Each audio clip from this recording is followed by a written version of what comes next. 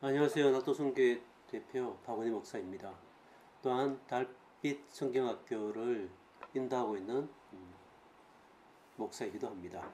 오늘 신문 할 차례죠. 우리가 이제 신문 읽고 신문에 대하여 이제 함께 나누도록 하겠습니다. 신문, 사람 창조죠. 하나님과 우리의 행복을 위한 하나님의 일하심, 사람의 창조입니다. 그러니까 하나님의 작정이 창조와 섭리가 있고 그 중에 자연 만물 창조, 오늘 사람 창조에 대해서 이제 배우게 되겠습니다. 하나님 왜 일하시죠?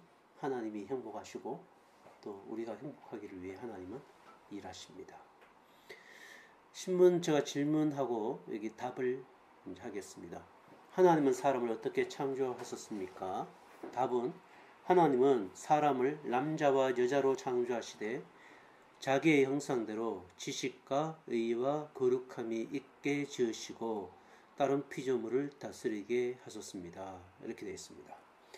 신문에서 사람 창조의 네 가지 특징이 나오죠. 남자와 여자로 창조하셨다라는 것. 그 다음에 자기의 형상대로라고 되어 있습니다. 그 다음에 지식과 의와 거룩함으로 창조했다는 것이고, 네 번째가 다른 피조물을 다스리게 하셨다라고 되어 있습니다. 저는 이 신문에 대한 답을 이렇게 해석하면서 이제 하나님의 형상의 특징 네 가지를 얘기하겠습니다. 첫 번째는 뭐냐면 하나님의 형상에 대해서 어떻게 그 교리학자들이 설명했는가 이걸 잠시 이렇게 정의를 내리고 그 다음에 하나님의 형상대로 지음을 받은 특징이 뭐냐면 여기 나와 있는 지식과 의와 거룩함으로 창조되었다는 뜻, 그리고 하나는 남자와 여자로 창조하셨다는 것입니다.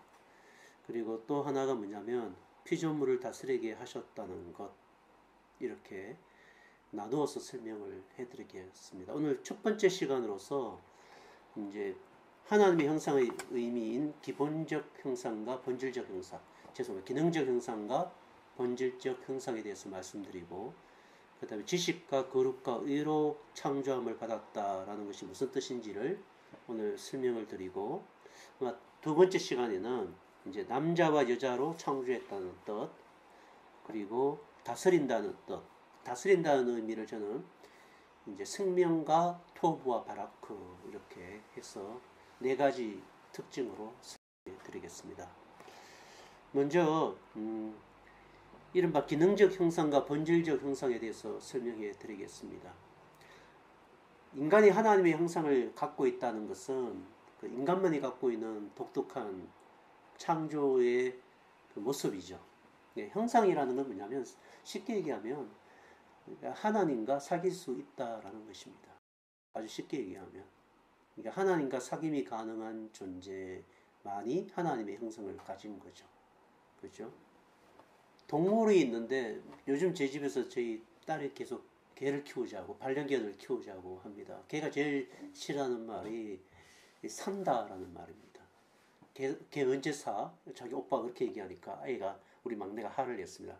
사는 거 아니야. 입양하는 거지. 오빠 입양한다고 얘기해. 어떻게 산다는 얘기를 그렇게 해, 걔한테. 물건이야? 입양하는 거지. 돈 주잖아요, 사실. 근데 저희 딸은 그냥 입양한다, 분양받는다, 이렇게 얘기하라고 얘기를 합니다. 참 좋은 태도죠. 동물하고 사귀겠다는, 동물이 우리 가족의 일원이고 사귀겠다는 건데, 지금 이제 저희 어제 가족 회의가 뭐였냐면, 집 안에서 키울 것인가, 마당에서 키울 것인가. 이게 이제 어제 가족 회의였습니다. 마당에서 키우려고 하니까 울타리를 쳐줘야 되잖아요. 그래서 울타리를 어떻게 칠 것인가 또 의논하고 어제 이제 이야기를 했습니다. 저희 아내는 좀 개를 싫어해요. 이렇게 반려견을. 반려동물을 좀 싫어해요. 우리 저희 아내는. 그러니까 이게 뭐 고양이나 이제 강아지가 옆에 오는 걸 되게 두려워하고, 또 이렇게 털 날리는 거 되게 싫어하고, 냄새 나는 거 되게 싫어해요.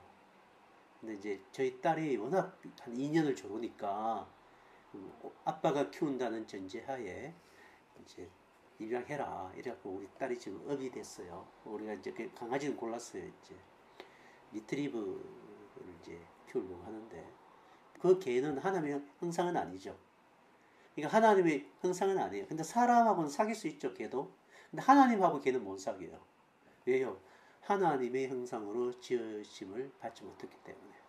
인간만이 하나님과 사귈 수 있어요. 개가 막 영혼을 생각하면 골치 아프죠. 영혼이 뭐지? 이러고 개가. 그죠? 죽으면 어떻게 될까? 이렇게 송아지가 죽으면 어떻게 될까? 이런 생각하고 이러면 굉장히 골치 아프잖아요. 그러니까 하나님이 영원성을 가졌다고 우리가 설명을 했죠. 그러니까 영원성이라는 사고방식을 갖고 영원성을 추측하고 그 영혼에 대한 그리움을 갖는 것은 하나님의 성품을 가진 인간밖에 할 수 없어요. 이게 하나님의 형상의 특징이죠. 그죠? 그러니까 동물은 막 이렇게 묵상하거나 두 손 모아 기도하거나 뭐 이렇게 못하죠. 하나님과 사귐을 불가능하기 때문에 그렇습니다. 인간만이 하나님의 형상을 가졌죠.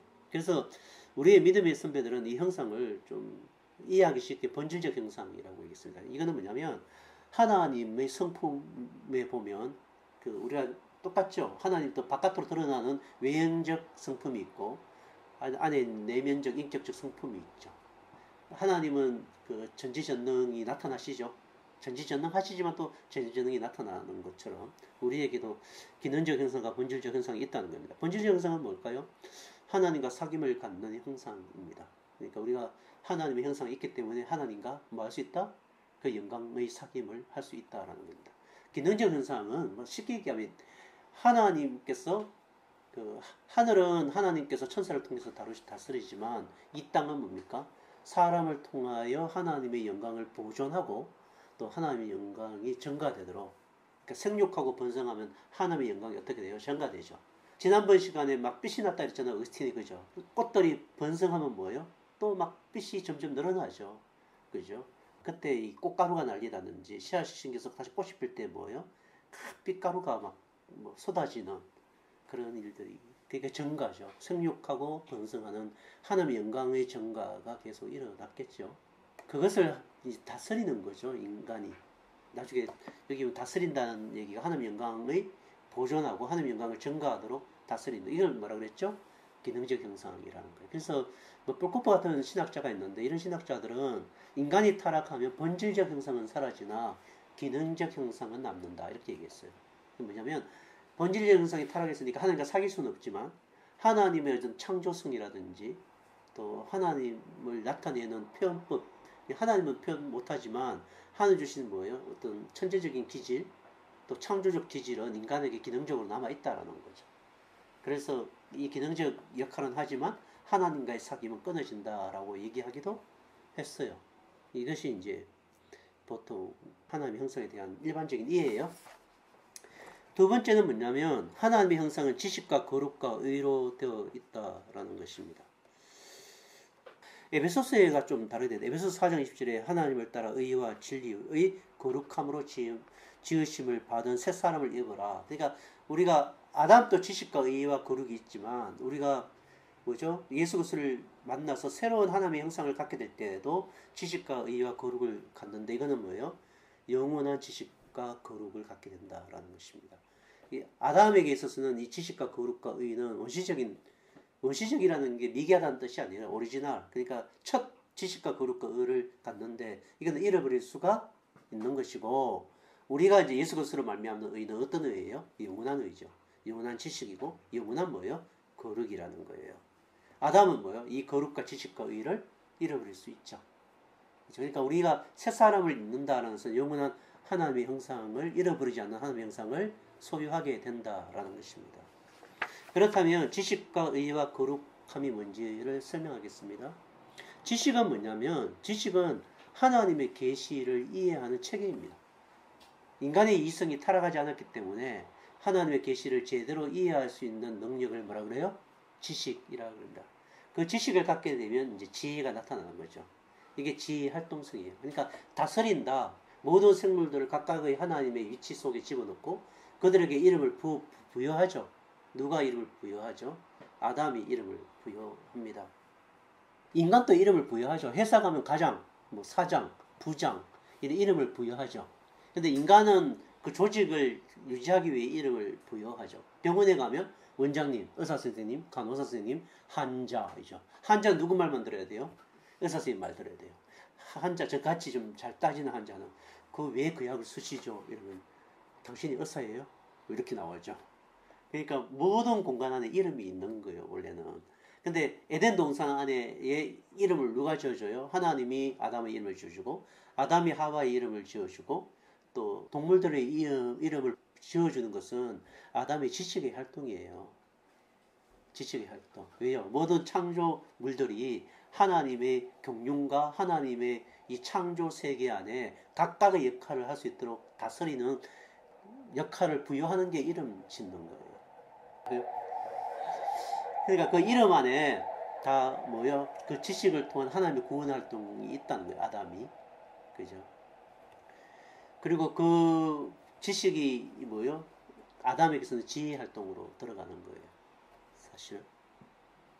진리라는 것은 뭐냐면 하나님의 그 우주적 체계예요. 그러니까 하나님이 다스리는 우주적 체계, 또 경륜하는 체계를 진리라고 그러는데 그 진리를 파악하는 그 이성의 그 역할이 지식이죠. 그리고 그 지식을 가진 아담이 일들을 하는 것은 아주 쉽게 하면 지혜 활동이라고 해요. 구원의 지혜 활동. 이 창조 세계니까 창조의 지혜 활동이죠. 솔로몬이 왕이잖아요. 왕이죠. 왕이면 하나님 앞에 뭘 받았을까요? 지식을 받았겠죠. 구원받은 사람으로서 그가 이제 그 창녀 둘이가 와갖고 그 아이를 그 재판해달라고 했죠. 그때 그가 가진 지식으로 무슨 활동이 일어나죠? 구원의 활동인 왕으로서의 활동인 지혜가 나타나죠. 그죠? 이걸 지식을 가졌다라고 얘기하는 거예요. 여러분이 생각하는 아는 것은 힘이다.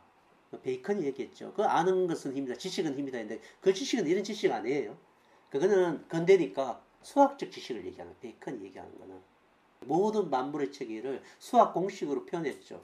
뭐 뉴턴이라든지 이런 사람들이 그때부터 이제 안다라는 것은 수학적 사고 방식으로 세상을 보는 것이에요.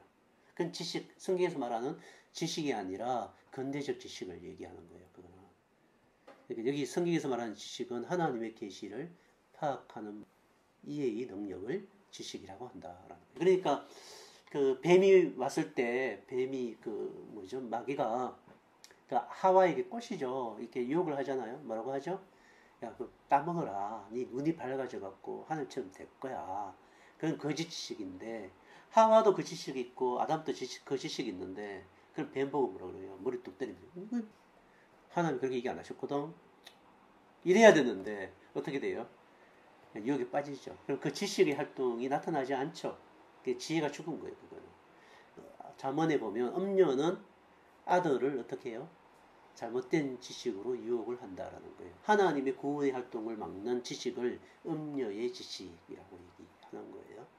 그러니까 우리가 예수 그리스도를 믿게 되면 우리가 지식을 생겨요, 안 생겨요? 계시의 지식을 생겨요. 그래서 우리 예수 믿으면 잘하는 말이 우리가 고민되는 게 늘 뭐예요? 하나님이 이걸 진짜 허락하시나? 이게 하나님 기뻐하실까? 하나님은 뭐라고 얘기하실까 이거? 뭐 이렇게 하죠. 저도 저희 아내에게 늘 하는 말이 문제가 있으면 제가 딱 한마디 하죠. 기도해. 제가 그렇게 얘기를 하거든요. 그러니까 늘 가정에 문제가 있을 때 우리 애들한테 하나님 뭐 하시던데 이렇게 우리 애들도 배워갖고 아빠 하나님 뭐 하시던데 그거 이렇게 물어요. 이제 그러니까 우리가 이제 그렇게 묻는다는 자체가 좋은 거죠. 왜냐하면 새로운 지식이 생겼다. 성령으로 말미암아. 그래서 구약에서는 지식을 올바르게 전달하는 역할을 누가 해요? 선지자가 하는 거예요. 선지자가. 그죠? 이게 그러니까 아담은 선지자 직분을 가졌다라고 얘기하는 거예요. 두 번째 거룩이라는 것은 뭐냐면요. 히브리어로 그 거룩이라는 단어는 6가지 뜻이 있어요. 근데 뭐 그거는 뭐 다 얘기하면 또 뭐 거룩에 대한 논의를 해야 되니까 할 수는 없고 거룩의 핵심적인 뜻은 속하다예요. 속하다. 속하다. 영어로 말하면 belongs to예요. 누구누구에게 소속되다라는 거예요. 그게 거룩이에요. 그러니까 모세에게 내가 입는 것은 거룩하니 너는 신발을 벗어라. 신발을 벗는다는 것은 뭐예요? 자기를 포기하고 누구의 영역 속으로 들어오는 것? 하나님의 영역 속으로 들어오는 걸 거룩이라 그래요. 그리고 그걸 이제 그걸 구분짓다 이렇게 얘기하는 거죠. 그죠? 분리하다 뭐 이런 뜻이 있는 거예요. 그러니까 거룩이라는 것은 아담이 누구께 소속되어 있다는 거예요? 하나님께 소속됐다는 거예요. 그러니까 생명나무 가시를 먹는다는 것은 누구께 소속되는 일을 지속하는 거예요?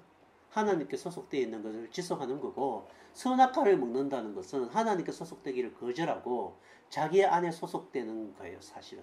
그러니까 선악을 아는 지식 안에 들어가는 거예요. 그냥 거룩 안에 들어가는 게 아니고. 생명나무 열매를 먹어야만 누구 안에 들어가는 거예요? 그죠? 하나님 안에 들어가는 거예요. 여러분 영생을 얻었잖아요. 영생은 영원한 생명인데 예수님께서 우리에게 생명나무 열매가 생명나무가 되셔서 우리 안에 들어와 사시죠. 그럼 우리는 영원한 생명을 먹는 거죠. 그죠? 그렇다면 누구 안에 영혼이 소속되어 있다는 얘기예요? 하나님께 영혼이 소속되어 있다는 거예요. 그게 거룩이에요, 그게. 그러니까 예수님의 단번 속죄로 여러분 제가 완전히 용서돼서 여러분의 인생 전체를 어느 영역으로 옮겼다는 거예요? 하나님의 영역 안에 넣었다. 그걸 주 안에 있다라고 얘기하는 거고, 그걸 다른 말로 하면 거룩해졌다라고 얘기하는 거예요. 근데 아담은 이 거룩을 잃어버려서 어디로서 쫓겨났어요? 아담은 에덴 동산이라는 거룩의 영역에서 쫓겨나죠. 에덴 동편으로. 그렇다고 아담이 그 구원을 못 받는 건 아니죠. 여자의 후손을 통한 거룩이 그에게 언약적으로 주어지죠. 그 다음 생명에 대해서, 의에 대해서 얘기를 하면, 의는 뭐냐면, 의가 뭐라 그랬죠? 제가 하나님과 아담이 언약을 맺어요. 언약을 맺으면 그 언약에 대한 책임을 갖는 행위를 의라 그래요. 그러니까 언약을 이렇게 맺잖아요. 그러니까 예를 들어서 제가 저희 아내와 결혼할 때 하나님 앞에서 결혼 언약을 맺죠. 그러면 결혼 안에서의 의의 상태가 둘이가 되는 거예요. 나는 이 언약을 아내에게 지키겠습니다. 라는 게 의의 상태예요. 아내는 저는 평생 남편만을 사랑하겠습니다. 라는 언약을 지키는 상태에 돌입하는 걸 말을 해요. 의라 그래요. 근데 인간은 이걸 깨트리죠, 언약을. 그래서 둘은 영원한 의가 없는 거예요. 근데 하나님은 아담하고 약속을 하시면 하나님은 그 의의 상태를 영원히 지키시죠. 그래서 하나님의 언약은 영원히 이루어지는 거예요. 그걸 영원한 언약이라고 했죠. 아담은 그 의의 상태를 어떻게 해요? 선악과를 먹음으로 말미암아 의의 상태가 깨트려지죠. 그래서 그 의의 상태를 상실하는 거예요. 그래서 아담으로 인하여 죄가 들어와서 모든 사람에게 뭐가 들어온 거죠? 죄의 증거가 된 거죠. 예수 그리스도는 영원한 의를 가졌기 때문에 그 의가 우리에게 증거가 된 거고. 그러니까 의는 서로가 뭐예요? 언약을 맺어서 그 언약을 실행하는 상태를 의라 그랬죠? 그렇다면 아담에게는 하나님이 언약을 맺어서 뭐라고 얘기를 했죠? 너는 이 에덴 동산에서부터 생육하고 번성하고 다스리고 정복하라 그랬죠. 정복이라는 것은 뭐냐면 악한 세력이 들어오지 못하도록 바르는 걸 얘기하는 거예요. 그러니까 뱀이 이렇게 들어오면 걔의 잘못된 지식을 아담이 올바른 지식을 통하여 그를 어떻게 해야 돼요? 정복해야 되죠. 뱀머리를 정복해버려야 되는 건데 뱀을 못 정복했죠. 이게 정복하라. 다스리라는 것은 아까 동물들에게 이름을 지어줬다 그랬잖아요. 그 모든 동물들에게 이름을 지어줘 하나님의 구원의 활동의 자리에 배치하는 것. 그게 다스리는 거예요. 다스리는 것. 그리고 아담과 하와도 생육하고 번성해야 되겠죠. 그래 하나님의 영광이 뭐예요? 증가되죠. 하나님의 영광이 점점 증가되죠. 두 사람의 행복이 네 사람의 행복이 되고 여섯 사람의 행복이 되고 삼위 하나님의 사귐의 증가가 이 지상 안에 인간 안에 이루어지는 거죠. 그러면 거룩은 구약에서 무슨 역할이겠어요? 제사장 역할이죠. 제사장 역할. 그러니까 아담이 하나님께 속해져야 모든 만물이 하나님께 속해지거든요. 그게 이제 거룩을 전달하는 역할인데 그건 제사장이죠. 제사장. 예수 그리스도께서 하나님께 속해져 있기 때문에 모든 만물이 누구께 속해져요? 하나님께 속해지는 영원한 제사장이 되셨죠? 그러니까 이게 아담에게도 제사장 역할이 있는 거예요. 그 다음에 의인은 뭐라 그랬죠? 의인은 하나님의 언약을 실행하는 거라 그랬죠.